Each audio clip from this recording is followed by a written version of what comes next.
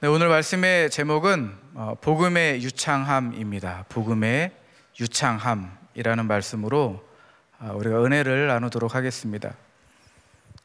제자훈련 사역반을 하고 있는데요. 이 사역반 교재에 이 제목이 복음의 언어라는 제목입니다. 복음의 언어라는 책입니다. 근데 이 책을 보면 원제가 복음의 유창함이라는 제목입니다. 그래서 제가 여기에서 제목을 따왔습니다. 부제는 뭐냐면 일상에서 복음이 유창해질 때까지. 네. 일상에서 복음이 유창해질 때까지라는 부제입니다. 사역반 첫 시간을 했습니다. 그래서 책을 이렇게 피니까 첫 장에 이런 주제가 있어요. 우리는 모두 불신자이다. 여러분들 당황스럽지 않나요? 우리는 모두 불신자이다. 성장반을 했고 제자반을 했어요. 그리고 사역반에 왔는데 첫 페이지가 우리는 모두 불신자이다 라는 제목이 있는 거죠. 사실 저도 당황을 했습니다. 그런데 책을 읽다 보니까 한 28페이지쯤에 저자의 의도가 나와 있습니다. 왜 우리를 불신자라고 했는가? 그 의도가 우리 한번 띄워주실까요? 띄워주시면 같이 한번 읽어볼까요? 시작. 우리 모두가 불신자라는 말은 우리 삶에 여전히 하나님을 믿지 못하는 부분들이 있다는 의미다. 우리는 하나님의 말씀과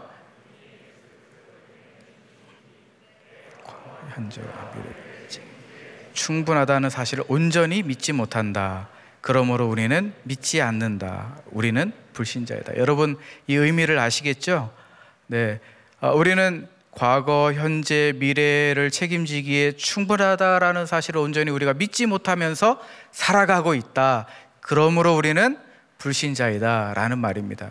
그러니까 우리가 우리의 일상에서 복음이 유창하지 않다라는 것을 이 저자가 우리는 불신자이다 라고 표현을 한 것이죠. 그래서 오늘 여러분들과 함께 그러면은 복음의 유창한 삶을 사는 모습이란 어떤 것인가 라는 것을 좀 나눠보려고 합니다. 그래서 세 가지를 나누려고 하는데요. 첫 번째는 이겁니다. 우리의 처지를 부끄러워하지 않는다. 우리 따라서 한번 해볼까요? 시작. 내 처지를 부끄러워하지 않습니다. 내 처지를 부끄러워하지 않습니다. 자, 두 번째는요. 경계를 허물고 받은 은혜를 나눕니다. 경계를 허물고 받은 은혜를 나눕니다. 자, 세 번째는 명예로운 수치를 가지고 살아갑니다. 명예로운 수치를 가지고 살아갑니다. 저는 이 세 가지의 포인트를 여러분들과 함께 오늘 로마서 10장 11절, 12절, 13절 말씀을 가지고 하나하나 살펴보려고 합니다. 자, 첫 번째입니다. 첫 번째, 내 처지를 부끄러워하지 않습니다. 복음의 유창한 삶을 살아가는 사람들은 내 처지를 부끄러워하지 않는다라는 것이죠. 자, 11절 오늘 본문 말씀을 보면 이런 말씀이 있죠. 성경에 이르되 누구든지 그를 믿는 자는 부끄러움을 당하지 아니하리라 하니. 여러분들 성경에 각주가 있을 거예요. 이 말씀은 원본이 이사야 28장 16절 말씀이다 라는 각주가 있습니다. 이 말씀의 배경을 보면 28장과 29장을 살펴보면 북이스라엘이 아수르에 의해서 멸망당했습니다. 그러니까 근처에 있었던 남유다가 이제 위기감을 느끼겠죠. 위협감을 느꼈을 것입니다. 북이스라엘이 주변에 있던 아수르에 멸망한 거죠. 남유다는 고민을 했을 거예요. 이 위기를 어떻게 극복해야 하나, 국가적 위기를 어떻게 극복해야 하나 고민을 했을 것입니다. 그리고 해결책을 내놓았어요. 그게 무엇이냐면 애굽과 동맹하는 것입니다. 이집트와 동맹 조약을 맺는 거죠. 하나님의 말씀을 의지하고 하나님의 말씀을 신뢰하면서 위기를 극복해야 되는데 이 유다 사람들은 애굽과 동맹을 맺어서 그 현재의 이 현실의 위협을 넘어가려고 했던 것입니다. 눈앞에 보이는 현실의 힘과 결탁하게 된 거죠. 하나님은 이 모습을 보았습니다. 그리고 하나님께서 어떤 반응을 보이셨을까요? 그 말씀이 바로 28장 16절 말씀입니다. 우리 띄워주시면 한번 같이 읽겠습니다. 자, 시작. 그러므로 주 예수께서 기초를 삼았노니 곧 시험한 돌이요 귀하고 견고한 기초돌이라. 그것을 믿는 이는 다급하게 되지 아니하리로다. 네, 선지자가 말한 귀하고 견고한 기초돌, 그리고 맨 뒷부분에 보니까 다급하게 되지 아니하리로다. 이 두 구문이 눈에 들어옵니다. 그러면 견고한 기초돌은 무엇이냐? 이것은 무엇이냐면 애굽의 힘과는 대조적인 것입니다. 하나님의 말씀이고 하나님입니다. 그런데 신약에 와서는 예수님을 인용할 때에 이 말씀을 사용합니다. 견고한 기초돌은 무엇이냐면 하나님의 말씀을 세우겠다. 또 신약으로 와서는 예수 그리스도를 세우겠다라는 말씀입니다. 자, 우리 마지막에 이 뒷부분에 보니까 다급하게 되지 아니하리라, 이 말씀이 있는데요. 이 말씀은 무슨 뜻일까? 다급하게 되지 아니하리라. 이것은 무엇이냐면 낙심하게 되지 않는다라는 뜻입니다. 두려워하지 않는다라는 뜻입니다. 그런데 이 단어가 신약으로 와서는 어떻게 재표현되냐면 베드로와 바울이 우리가 읽은 말씀 로마서 10장 11절 말씀, 부끄러움을 당하지 않게 한다, 이렇게 재표현됩니다. 다급하지 않게 하겠다, 이 말씀은 부끄러움을 당하게 하지 않겠다라는 뜻이죠. 그러니까 우리가 읽은 이 로마서 10장 11절 말씀에 부끄러움을 당하지 않겠다라는 것은 무엇이냐면 이 세상에서 부끄러움을 당하지 않겠다라는 것이 아니고 하나님의 심판대 앞에서 부끄러움을 당하지 않게 하겠다라는 말씀입니다. 마지막 날에, 그날에, 하나님의 날에, 하나님의 심판대 앞에 섰을 때에 부끄러움을 당하지 않게 하겠다라는 종말론적 메시지가 이 안에 있습니다. 그러니까 하나님의 말씀을 믿는 사람들에게는 그들의 삶이 다급하지 않는 겁니다. 낙심하지 않는 것이고요, 부끄러워하지 않는 것입니다. 두려움이 없는 것입니다. 왜 그렇습니까? 하나님의 말씀이 너는 더 이상 나의 심판의 때에 부끄러움을 당하지 않게 되리라라는 그 약속의 말씀이 있기 때문에 우리가 이제는 두려워하거나 낙심하지 않는 것입니다. 그런데 이스라엘 백성들은 그렇지 않았어요. 이스라엘 백성들은 이 거짓된 소망에 사로잡혀 있었습니다. 마음이 빼앗겼습니다. 성경에 기록된 내용을 보니까 심지어는 예언자들이나 제사장들이 술에 취해 비틀거리고 있었다라고 성경에 기록하고 있습니다. 자, 그들이 뭐라고 떠들었는지 한번 보시면 28장 15절 말씀인데요. 이사야 28장 15절 말씀 한번 보겠습니다. 너희가 말하기를 우리는 사망과 언약하였고 수월과 맹약하였은즉 넘치는 재앙이 밀려올지라도 우리에게 미치지 못하리니 우리는 거짓을 우리의 피난처로 삼았고 허위 아래에 우리를 숨겼음이라 하는도다. 저는 이 말씀을 읽고 무슨 말인지 하나도 모르겠더라고요. 도대체 이 말씀이 뭘까? 제사장들이, 예언자들이 교만한 면류관을 쓰고 이렇게 말했다고 하는데 도대체 이 말씀이 무엇인가 이해가 잘 되지 않았습니다. 그래서 제가 펼쳐든 성경이 메시지라는 성경입니다. 그래서 유진 피터슨 목사님이 일상의 언어로 이 말씀을 굉장히 리얼하게 표현을 하셨더라고요. 그래서 제가 한번 발췌를 해보았습니다. 그러니까 제사장들이, 예언자들이 이 교만한 면류관을 쓰고 이렇게 이야기했습니다. 자, 우리는 좋은 생명보험을 들어두었다. 손해보는 일이 없도록 만반의 준비를 해두었다. 어떠한 불상사가 일어나더라도 우리는 괜찮다. 다 대비해 두었다. 전문가의 조언대로 다 해두었다. 우리는 안전하다. 그러니까 성경에 그렇게 기록하고 있어요. 예언자들이나 제사장, 심지어는 이 제사장, 이 리더들이 술에 취해 비틀거리고 있었는데 거짓된 소망을 갖고 있더라는 것이에요. 자신의 삶에 대해서 안전을 보장하고 있는 말들을 그들 스스로 하고 있다라는 것을 성경이 그렇게 기록하고 있습니다. 자, 하나님께서 어떻게 반응하셨을까요? 하나님은 이러한 말들을 기뻐하셨을까? 그렇지 않습니다. 이사야 28장 쭉 이어서 18절에서 20절 말씀을 보면 제가 역시나 메시지 성경을 한번 올렸는데요. 한번 띄워주실까요? 네, 하나님의 반응입니다. 한번 우리 같이 한번 읽어봅시다. 시작. 그러면 너희는 애지중지하던 생명보험증권이 한낱 종이 조각에 불과하다라는 것을 알게 되리라. 죽음을 막아 보겠다고 세운 그 모든 면밀한 대책들은 그저 착각과 거짓의 꾸러미일 뿐이었다. 재난이 닥쳐오면 너희는 아스러진다. 아침에도 재난, 밤에도 재난, 재난이란 재난이 다 너희를 덮친다. 재난에 대한 소문을 듣기만 해도 너희는 공포에 질려 몸이 움츠러든다.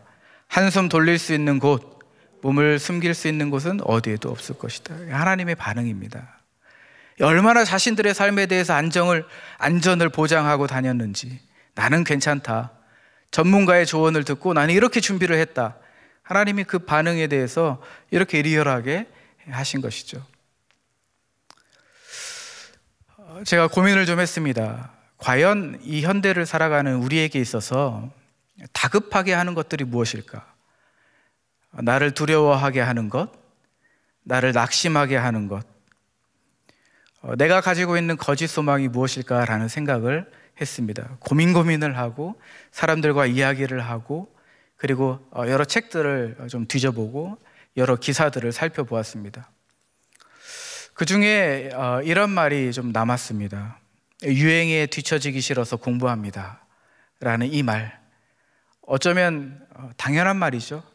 네, 당연한 말인데 이 이면에 우리의 마음 가운데 어떠한 마음이 있는지를 좀 엿볼 수 있는 그런 부분이 있었습니다. 변화의 흐름에 뒤처지지 않겠다라는 그 인식이 굉장히 커진 겁니다. 그래서 공부하는 거죠. 패션, 문화, 그리고 유행하는 것들, 최신 이슈, 민감하게 반응합니다. 내가 이 트렌드를 잡기 위해서 비용을 할애하고 비용을 지불하고 시간을 할애합니다. 어떤 조사기관에서 조사를 했는데 10명 중 7명이 이런 대답을 했습니다. 트렌드를 알아야 미래를 잘 대비할 수 있다. 네. 이것이 우리의 사실 공통적이고 일반적인 생각입니다. 우리가 이렇게 준비를 하고 있죠. 신조어까지 생겼습니다. 어떤 신조어냐면 ANTWACKY 뭐 이런 신조어라고 해요. 저는 잘 모르겠는데 ANTWACKY.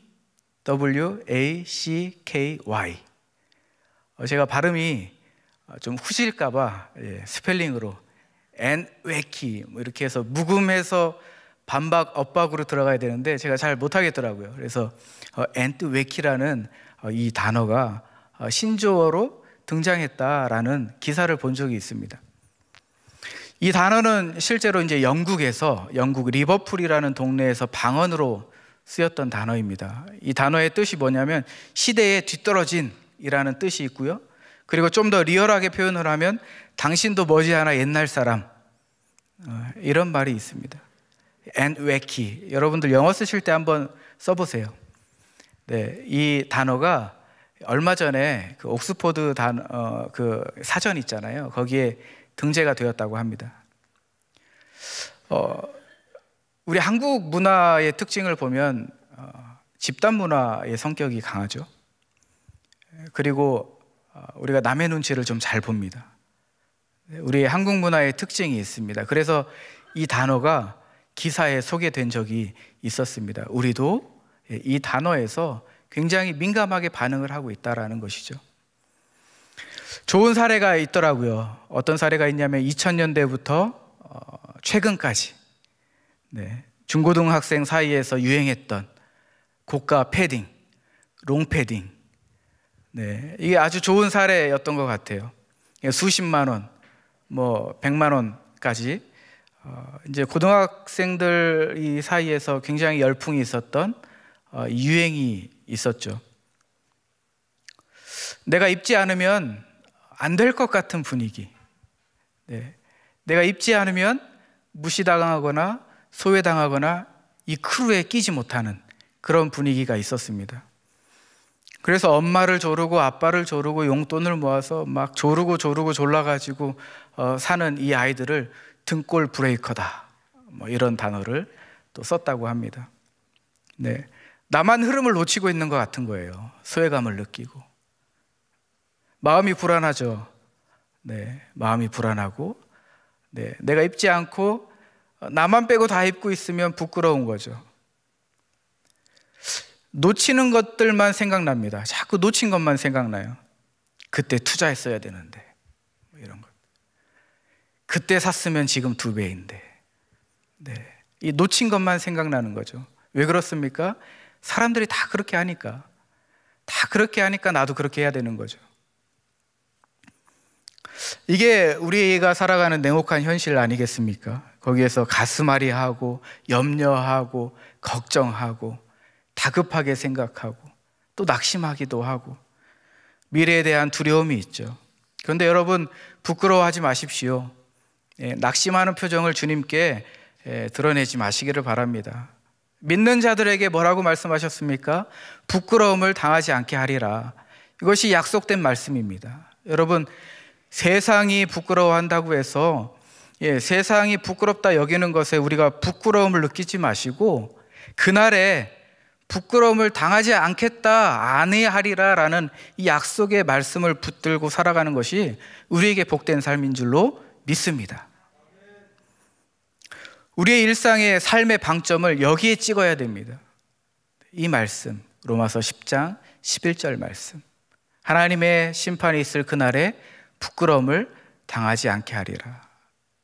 지금 부끄러운 것은 잠시입니다. 그러나 그날에 우리 믿는 자들에게 주실 그 축복을 기대하십시오. 거기에 소망을 두십시오. 거짓 소망에 이스라엘 백성들처럼, 제사장들처럼, 예언자들처럼 거짓 소망에 마음을 두지 마시고 하나님의 약속의 말씀에 마음을 두시기를 주님의 이름으로 축복합니다. 이것이 첫 번째 포인트입니다. 내 처지를 부끄러워하지 않는 것. 복음에 유창한 사람들은 내 처지에 부끄러워하지 않는다라는 것이죠. 자, 두 번째입니다. 두 번째가 무엇이었죠? 경계를 허물고 은혜를 나눕니다. 경계를 허물고 받은 은혜를 나눕니다. 오늘 본문 말씀 12절 말씀인데요, 유대인이나 헬라인이나 차별이 없음이라 한 분이신 주께서 모든 사람의 주가 되사 그를 부르는 모든 사람에게 부요하시도다.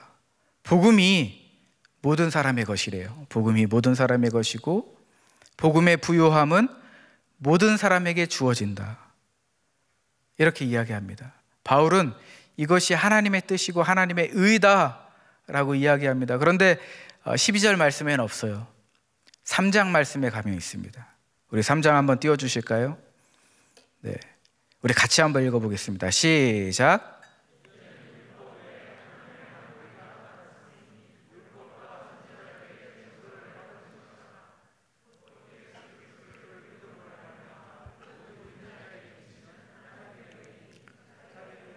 네, 여기에 하나님의 의가 있습니다.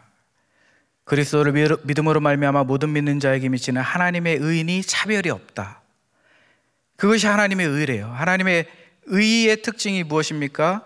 모든 믿는 자에게 적용된다라는 거예요. 차별이 없고 모든 믿는 자에게 적용이 된다라는 것이 하나님의 의입니다. 역사적으로 사람들은 선입견을 가지고 있었습니다. 유대인이 이방인보다 조금 낫다라는 선입견이 있었고, 서양인이 동양인보다 조금 낫다,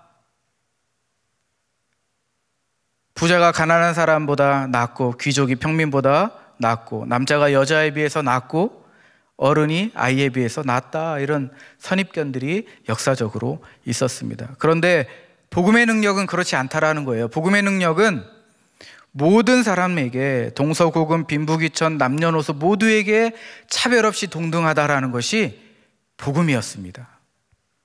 자격도 동일하고 조건도 동일하고 결과도 동일하다라는 거예요. 하나님의 의라는 기준은 무엇이냐면 하늘에서 공정하고 공평하다라는 것이에요.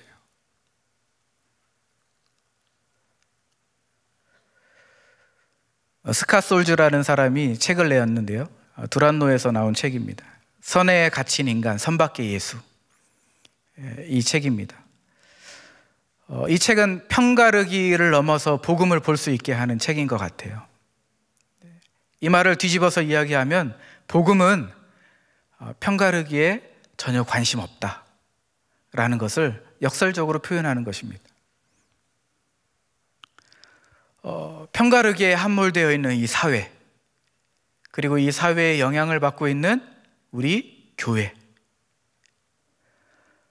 저자는 독자들에게 이런 질문을 합니다. 다양한 가치 판단을 하고 있는 많은 지체들이 교회 안에 있는데 어떻게 수용할 수 있겠는가?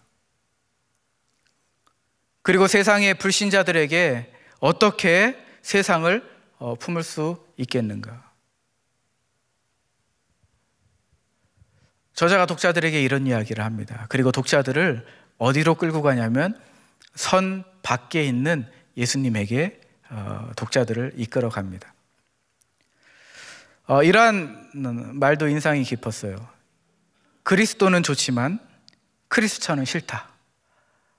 간디의 말인데 이 책 안에 또 인상 깊게 좀 남아 있었습니다. 우리가 살고 있는 이 시간들을 한번 쭉 돌이켜보면 좋을 것 같아요. 내가 돌아온 시간들, 이 시간들을 한번 엮어서 지금을 성찰해 보면 정말 수많은 경계들이 형성되어 있구나라는 것을 생각할 수 있습니다. 제자 훈련을 하다 보면 빠지지 않는 중요한 주제가 있습니다. 어떤 주제냐면 연애, 그리고 결혼하는 것. 이 주제가 정말 빠지지 않아요. 수년 동안 제자 훈련을 할 때 정말 빠졌던 적이 단 한 번도 없었던 것 같아요. 우리가 사랑을 시작하면 분별력이 잃어버립니다. 분별력을 잃어버려요.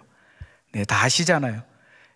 모르시는 눈빛으로 하시는 건, 보시는 건지 모르는 척 하시는 건지 모르겠지만 여러분들 다 아시잖아요. 그죠?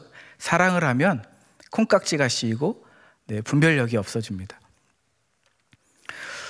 훈련생 중에 이야기를 제 이야기처럼 제가 한번 좀 각색을 해봤어요. 각색을 해봤는데 어느 날 제 동생이, 여동생인데 실제로 여동생이 없습니다.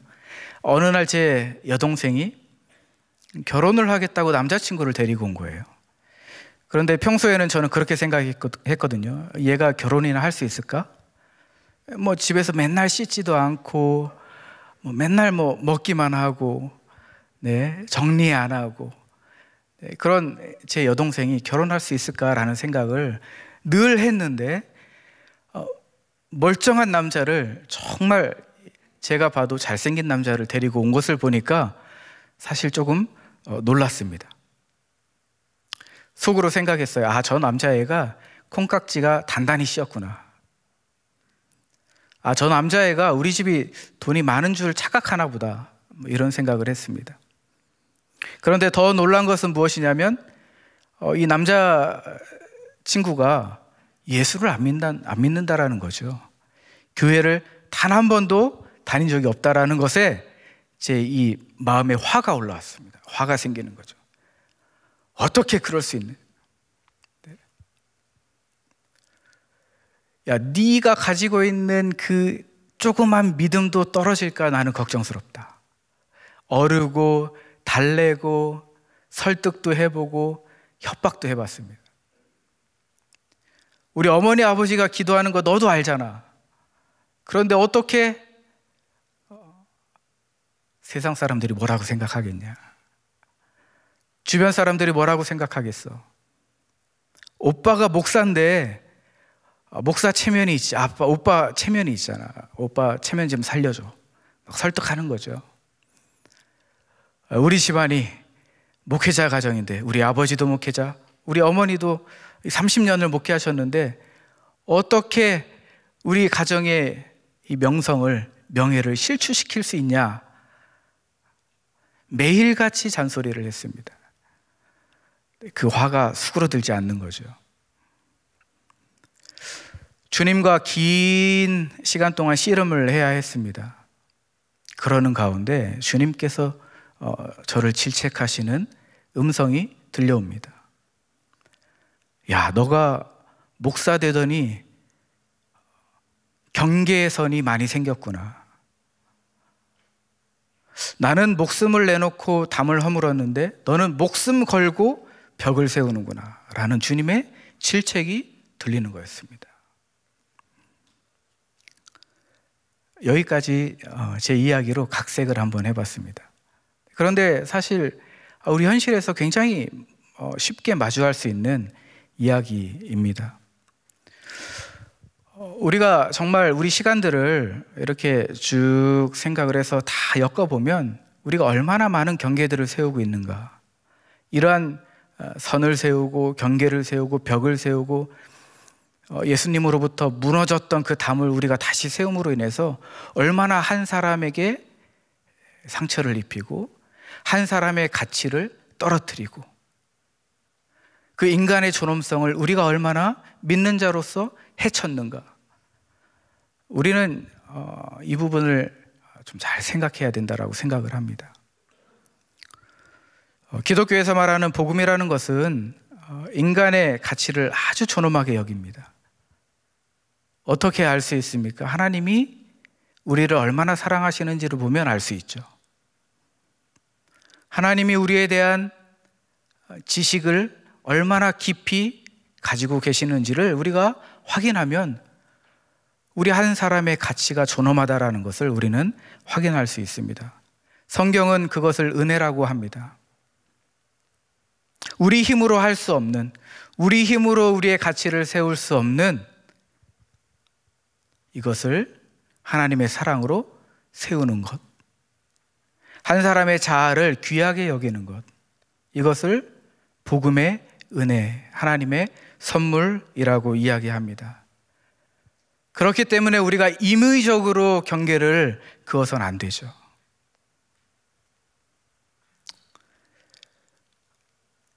조직 안에서, 그리고 가정 안에서, 심지어 우리 교회 안에서 급을 나누거나 차이를 두는 그 요소들이 담겨져 있어서는 안 되는 것입니다. 담임 목사님께서 소개한 책이 있죠. 네, 바울과 은혜의 능력이라는 책인데요. 존 바클레이 교수님이 쓰신 책입니다. 제가 한 꼭지를 발췌했는데 한번 띄워주시면 같이 읽어보겠습니다. 시작. 그리스도께서 대신하여 죽으신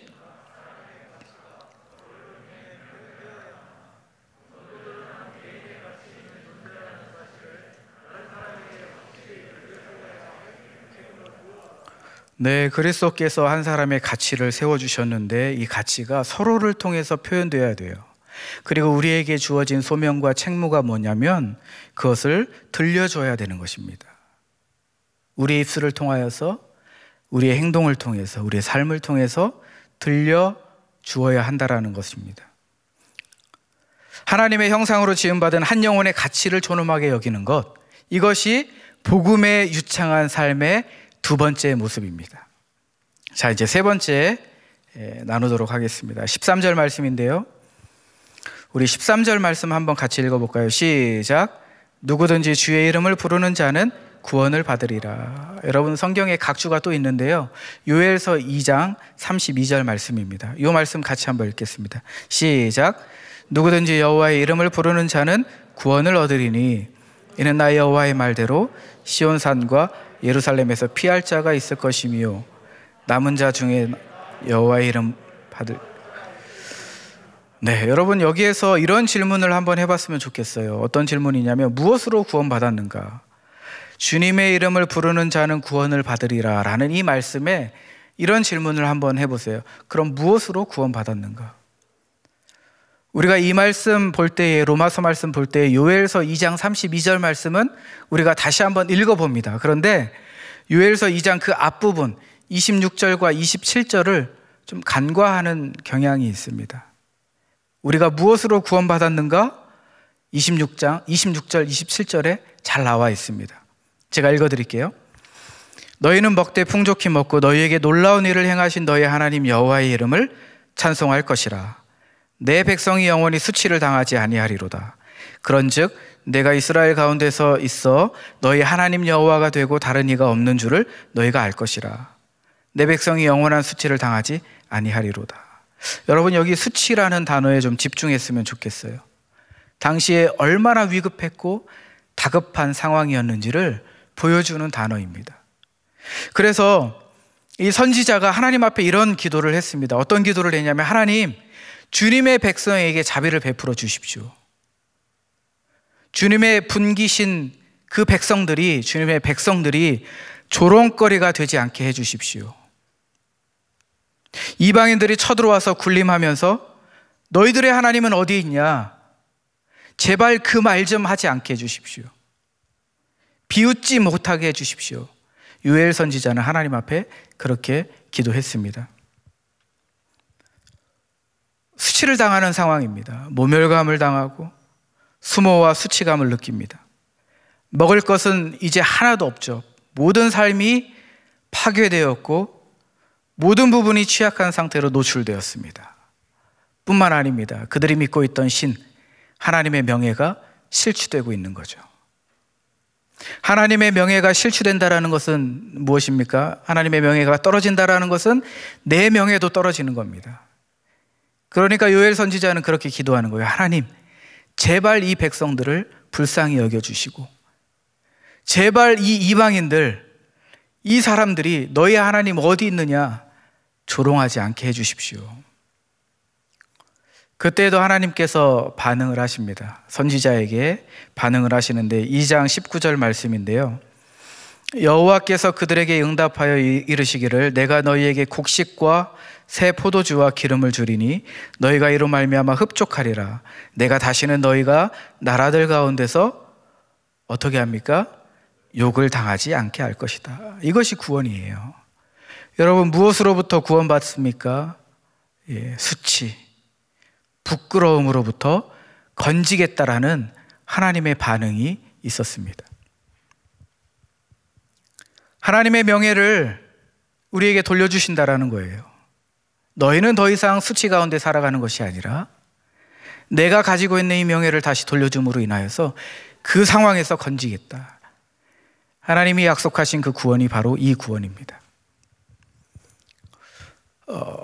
이 구원을 설명하는 아주 좋은 예가 있습니다. 어떤 예냐면, 아버지가 살아계신데 유산을 달라고 하는 이 파렴치한 아들 이야기입니다. 아들이 아버지가 살아계신데 재산을 달래요. 재산은 무엇입니까? 재산은 무엇이냐면 가족의 생계를 유지하는 것이기도 하지만 가족의 명성이 달려있는 공동자산입니다. 이 재산을 잘 유지해야 가족의 명성이 높아지는 겁니다. 그런데 아들이 이 아버지가 눈 뜨고 살아있는데 이 유산을 요구하는 것입니다. 이제 뭐 주위에 있는 동네 사람들이 다 알게 되는 것이죠. 저 집안은 이제 콩가루 집안이다. 어떻게 저런 일이 있을 수 있냐? 이 아들의 행동은 배은망덕한 거죠. 아버지가 후견인으로서 은혜와 사랑을 베풀어서 여기까지 키웠는데 아들이 이제 아버지에게 수치를 주는 거예요. 아들의 책무가 무엇입니까? 아들의 책무는 무엇이냐면 아버지의 명예를 지키는 겁니다.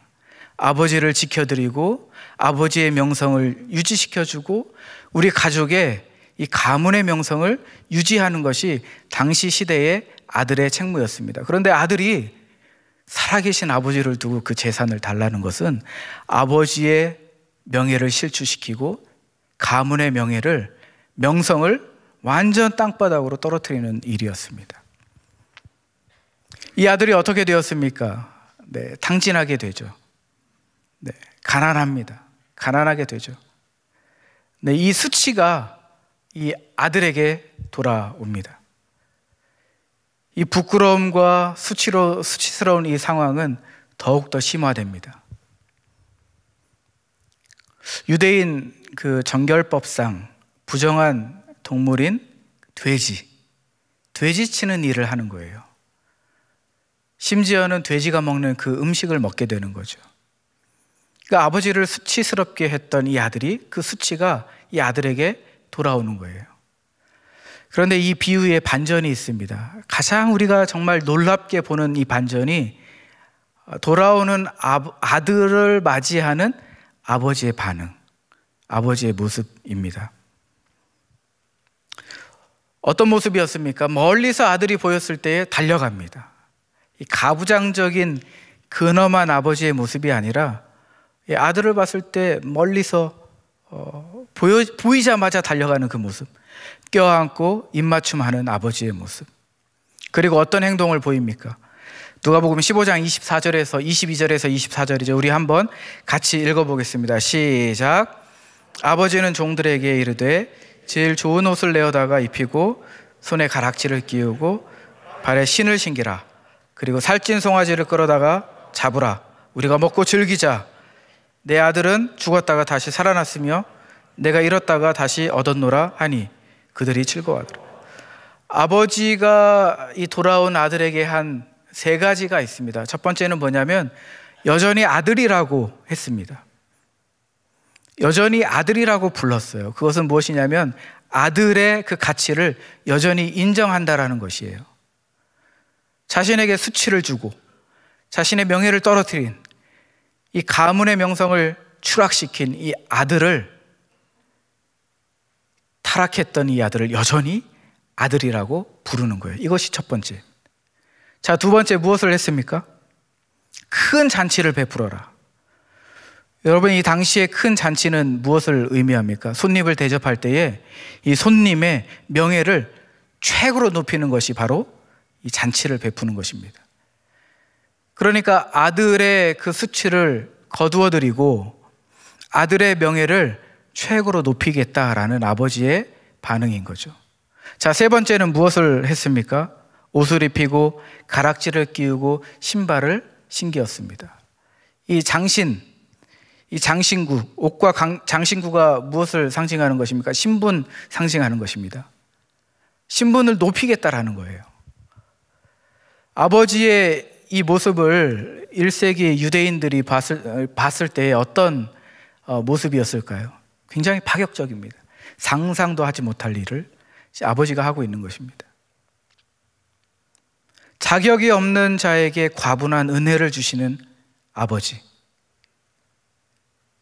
우리에게 메시지가 있죠.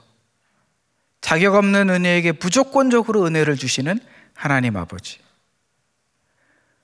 당시에는 이 후견인의 명예를 세울 수 있는 사람만 피후견인으로 선택되었습니다. 그런데 당시의 통념과는 전혀 다른 상황이 펼쳐지고 있는 것이죠. 그것이 하나님의 은혜이고 하나님의 구원입니다. 네. 누구든지 그의 이름을 부르는 자는 구원을 얻으리라. 로마서에서 약속했던 이 말씀, 무엇으로부터 구원을 받습니까? 수치스러움, 추락된 명예, 부끄러움. 이러한 삶을 살아가고 있는 우리를, 하나님의 명예를, 하나님이 가지고 계신 그 명예를 돌려주는 것이 바로 구원입니다. 수치의 기억과 경험을 우리가 잊을 수는 없습니다. 지울 수는 없죠. 그러나 방향이 달라졌습니다. 명예로운 수치를 우리가 가지고 살아가는 거죠. 수치를 잊어버리는 것이 아니라 명예로운 수치를 우리가 가지고 살아가는 것입니다. 이것이 우리가 복음에 유창한 삶을 살아가는 세 번째 원리입니다. 예수님 이야기를 하고 말씀을 마무리하려고 합니다. 예수님은 우리가 살아가고 있는 시공간 안으로 들어오셨습니다. 네, 우리는 죄로 인해서 수치심, 자기 비하, 그리고 자기 소외, 그리고 관계가 단절된 그 우리에게 예수님은 찾아오셨습니다. 우리가 수치를 가했고 주님의 명예를 떨어뜨렸음에도 불구하고 우리에게 오셔서 우리와 하나가 되셨습니다. 우리는 이 수치스러운 내 모습 노출시키는 것을 부끄러워합니다. 두려워하죠. 그래서 타인으로부터 나를 방어합니다. 그리고 은폐하죠. 누구에게든지 내 모습을 보여주는 것을 싫어합니다. 내가 연약한 모습, 나의 부족한 모습을 감추고 싶어 합니다. 그런데 예수님은 그런 나의 삶에 오셔서 나와 하나가 되고 자신을 연결하셨습니다. 십자가 사건은 수치의 절정입니다. 예수님은 침뱉음을 당했고 주먹으로 맞았고 조롱과 모든 모욕을 당하셨습니다. 군중들로부터 외면을 당하셨고 제자들로부터 배신을 당했습니다. 수모를 겪어야 했습니다. 그런데 예수님은 다가올 기쁨을 위해서 십자가를 참으시고 부끄러움을 개의치 않으셨습니다. 이것이 십자가의 사건입니다. 예수님은 어떻게 되셨습니까? 부활하셨죠? 승천하셨습니다. 진정한 하나님의 아들이라는 그 명예와 세상을 통치하는 능력과 그 지위를 인간의 모습으로 예수님은 얻으셨습니다. 세상 사람들의 눈에는 십자가에 못 박힌 예수가 저주받은 사람이었습니다. 그런데 부활하시고 승천하신 예수님의 인간의 모습은 가장 영광스럽고 명예로운 모습이었습니다. 그런데 중요한 것은 예수님이 얻으신 이 영광과 명예를 우리에게 돌려주시겠다라는 것이 우리에게 감격스러운 일입니다. 이것이 구원의 기쁨이고 구원의 감동입니다. 우리가 성취한 명예가 아닙니다. 주어진 명예죠. 예수님이 받으신 그 유업을 우리가 동일하게 받는 것입니다. 우리의 삶의 방점이 찍혀야 할 부분이 바로 이 부분입니다. 영광의 소망을 두는 것. 이 영광스러운 모습에 소망을 두는 것. 이스라엘 백성들처럼 거짓된 소망의 마음을 빼앗기는 것이 아니라 다가올 이 영광스러운 모습, 여기에 우리가 소망을 두고 살아가는 것이 바로 우리 그리스도인들이 지켜야 할 모습입니다. 로마서 5장 2절 말씀입니다. 우리 마지막으로 한번 같이 읽어보겠습니다. 시작. 또한 그로 말미암아 우리가 믿음으로 서 있는 이 은혜에 들어감을 얻었으며 하나님의 영광을 바라고 즐거워하느니라. 여러분, 세상의 렌즈로 보는 그 부끄러움과 수치는 예수님의 십자가 보혈로 뒤집혔습니다. 우리는 이러한 명예와 수치가 전복됨을 축하해야 합니다. 서로 축하하고 축복해야 합니다. 우리가 명예로운 이 수치를 안고 살아가는 것, 이것이 우리에게는 기쁨이 되어야 하고 즐거움이 되어야 합니다. 우리에게는 환난이 있고 고난이 있고 가난이 있습니다. 수고스러움이 있죠. 그러나 우리가 믿음을 지킬 수 있는 그 근간이 무엇입니까? 무엇입니까? 십자가로부터 얻은 명예입니다. 구원이고 하나님의 선물이 있기 때문에, 영광의 소망이 있기 때문에 우리가 믿음을 지킬 수 있는 것이죠. 우리가 이러한 구별된 삶을 살아간다면 하나님을 영화롭게 하는 최고의 선교적 수단이 될 줄로 믿습니다. 우리 세 가지를 기억해 주십시오. 복음에 유창한 삶을 살기 위해서는 내가 처한 상황을 부끄럽게 여기지 않는 것. 두 번째로 경계를 지우고 받은 은혜를 나누는 것입니다. 세 번째, 명예로운 수치를 가지고 살아가는 것이, 그것을 기뻐하고 즐거워하는 것. 일상의 방점을 다가올 영광의 소망에 두는 것. 이러한 삶을 사시기를 주님의 이름으로 축복합니다. 우리 찬양하겠습니다. 우리 찬양할 때에 우리 다 함께 일어나셔서 예수 십자가에 흘린 피로써 우리 함께 찬양하겠습니다.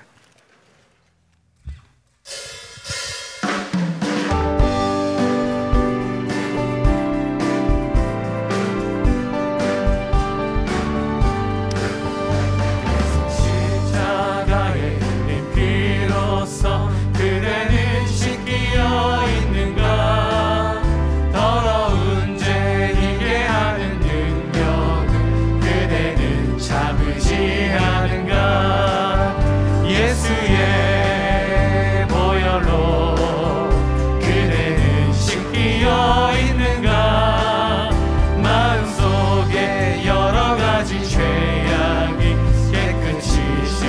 한번 찬양합니다. 예수 십자가에 흘린 피로써, 예수 십자가에 흘린 피로써 그대는 씻기어 있는가.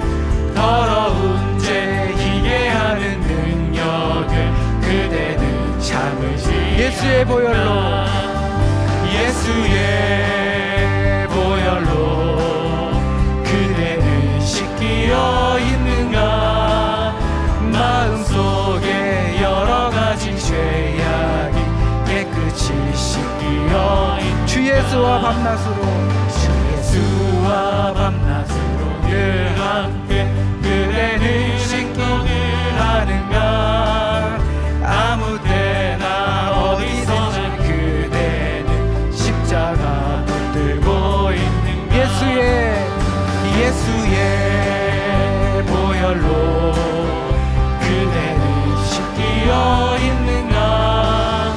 마음속에 여러 가지 죄악이 깨끗이 씻기어. 주님 예수 다시 올 때, 주님 예수 다시 올 때 그대는 영접할 예복이 있는가. 그대 몸은 거룩한 곳 성전 들어갈 준비가 있는가. 예수의 보혈로, 예수의 보혈로 그대는 씻기어 있는가. 마음속에 여러 가지 죄악이 깨끗이. 주님 예수 다시 올 때 다시 한번 찬양합니다. 주님 예수 다시 올 때 그대는 영접할 예복이 있는가. 그대 몸은 거룩한 곳 천국에 들어갈 준비가 됐는. 예수의 보혈로 그대는 씻기어 있는가. 마음속에 여러 가지 죄악이 깨끗이 씻기어 있는가. 모든 죄에 더러워진 예복을 주 앞에 지금 나벗어서 샘물같이 솟아나는 보혈로 눈보다 더 이게 예수님의 보혈로, 예수의 보혈로 그대는 씻기어 있는가. 마음속에 여러 가지 죄, 아멘. 깨끗이. 우리 마지막 찬양합니다. 모든 죄에 더러워진 예복을, 모든 죄에 더러워진 예복을 주 앞에 지금 나벗어서 샘물같이 솟아나는 보혈로 눈보다 더 이게. 예수님의 보혈로, 예수의 보혈로 그대는 씻기어 있는가. 마음속에 여러 가지 죄악이 깨끗이 씻기어 있는가. 아멘. 네, 우리 말씀을 생각하면서 함께 기도하겠습니다. 로마서 1장 16절 17절 말씀에 내가 복음을 부끄러워하지 아니하노니 이 복음은 모든 믿는 자에게 구원을 주시는 하나님의 능력이 됨이라. 복음에는 하나님의 의가 나타나서 믿음으로 믿음에 이르게 하나니 기록된 바 의인은 믿음으로 살리라 함과 같으니라. 우리 이 시간에 기도할 때에 이렇게 기도하기를 원합니다. 냉혹한 현실을 마주하며 경험하는 수치심, 자기 비하, 자기 소외, 관계의 단절로 인해서 신실하신 하나님을 불신하는 어리석은 자 되지 않게 하여 주시옵소서. 부끄러움을 당하지 않으리라는 이 약속의 말씀을 믿고 인내하게 하여 주시옵소서. 세상이 속삭이는 거짓된 소망을 품지 않게 하시고 영광의 면류관에 소망을 두게 하여 주시옵소서. 오직 의인은 믿음으로 살리라는 하나님의 약속의 말씀이 온 성도들에게 바르게 선포되어질 수 있도록 우리 3.1교회를 사용하여 주시옵소서. 이 시간에 스크린에 나와 있는 기도 제목을 보면서 우리 이 시간에 함께 한 목소리로 기도하겠습니다. 하나님 아버지 감사합니다. 하나님,